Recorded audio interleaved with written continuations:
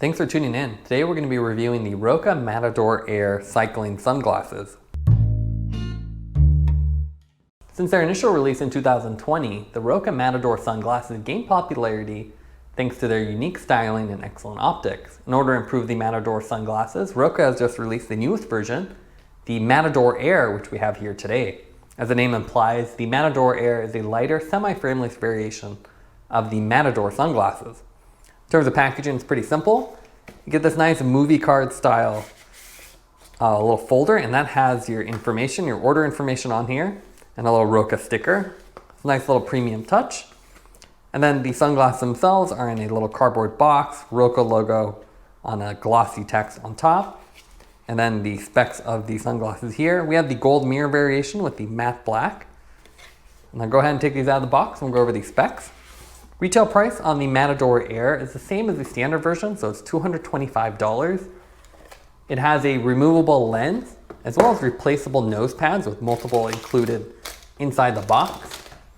You have titanium core wires in the temples, and that allows them to be bendable and hold their form. And you have the V-core temple design.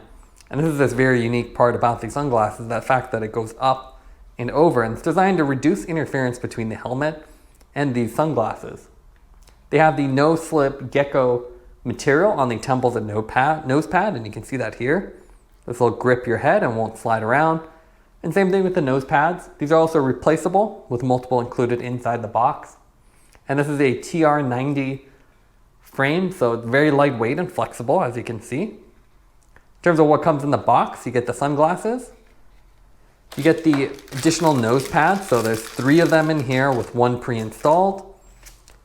A little informational packet about the filtering for the different lens options.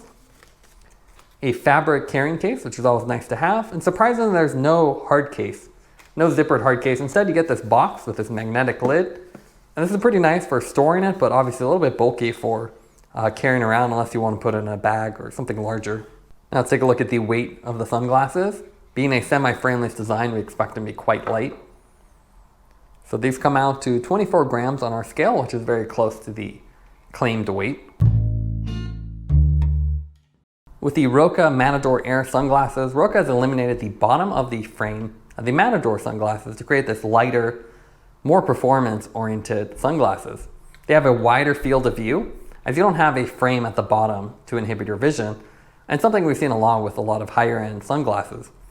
They're lighter, and then the wider field of view really is helpful for cycling or other performance sports where you want that really immersive experience. Otherwise, the Matador Air share a lot of the same design features as a standard Matador. You have the cylindrical lens, the very distinctive upward swept temple arms, minimal branding, and the same smooth corners that you see with the Matador. ROKA only offers this in 2 color variations currently. You have the matte black that we have here, as well as a white variation for the frame and 1 lens option for that. We suspect ROKA will offer more options over time though, as these sunglasses are still relatively new, and Matador actually comes with a full customization option, so that's likely going to be extended to the Matador Air version as well. Now, starting with the nose pads on the inside, you can see very soft plastic. This is their gecko material, which is non-slip, and you can see nice and soft. You have 3 other options, so a total of 4 different variations. So you'll definitely be able to find the one that works for you. Simple rubber, and you can see as a little tab, so a little cutout here, and then you simply slide it in place. A little bit different than the Oakley, so you got to be careful with that. But to put them back on, you simply align them and then push. It's very simple. And again, a lot of variation here between the 3 other options. So the total 4 options will definitely find the one that fits you. The temple arms are also another unique feature of these sunglasses. They actually sweep upward. ROKA claims this reduces the interference between the helmet, which would be here, and the sunglasses by getting them out of the way and leaving this little V area. We haven't noticed any difference with road cycling helmets and sunglasses, but at least for a trail or gravel helmets, that might be a very useful feature. Otherwise, it's a nice visual design, and you can see it really follows the line of the lens itself and sweeps upward, so it makes these sunglasses stand out. And people will know this is the ROKA Matador just by seeing the side profile. Temple arms are spring-loaded, So you can see once you get past a certain point, they lock into place. Lightweight with minimal branding, you just have ROKA on here. Matte finish, and then you have the gecko material here again. And you can see it's actually textured on the other side. So it'll hold its place very well. And there's actually titanium wire on the inside. So that'll actually hold its form, so you can just grab it and bend it. And you can see easily flexes and then stays there. So nice feature. It's not as malleable as other sunglasses. It's a little bit stiffer to manipulate, but still really easy to adjust.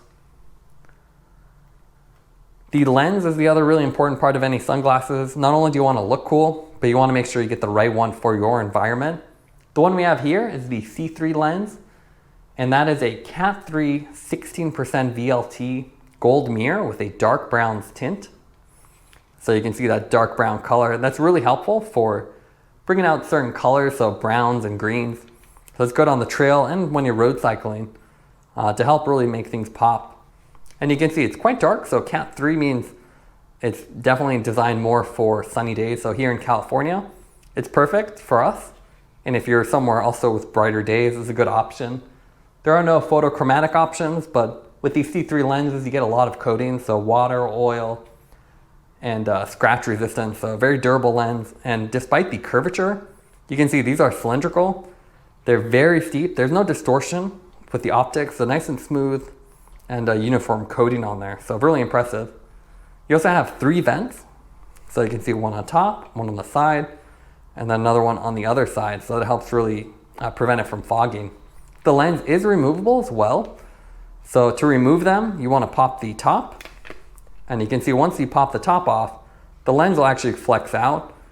And then you simply just tug a little bit and then they come off.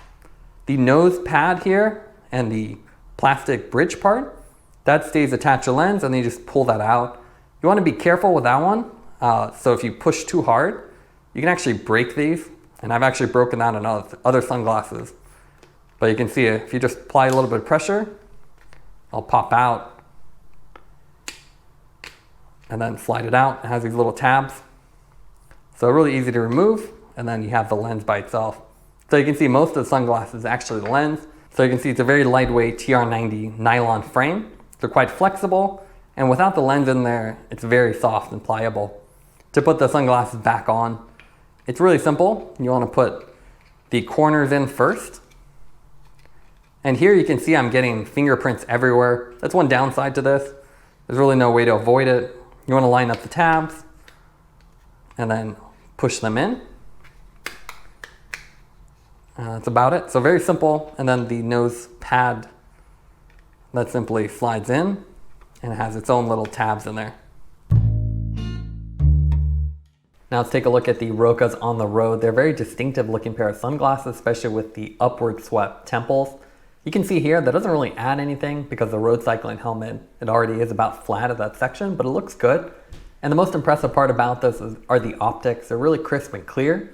And with the semi-frameless design, it's easy to forget you're actually wearing sunglasses as they're so immersive and lightweight.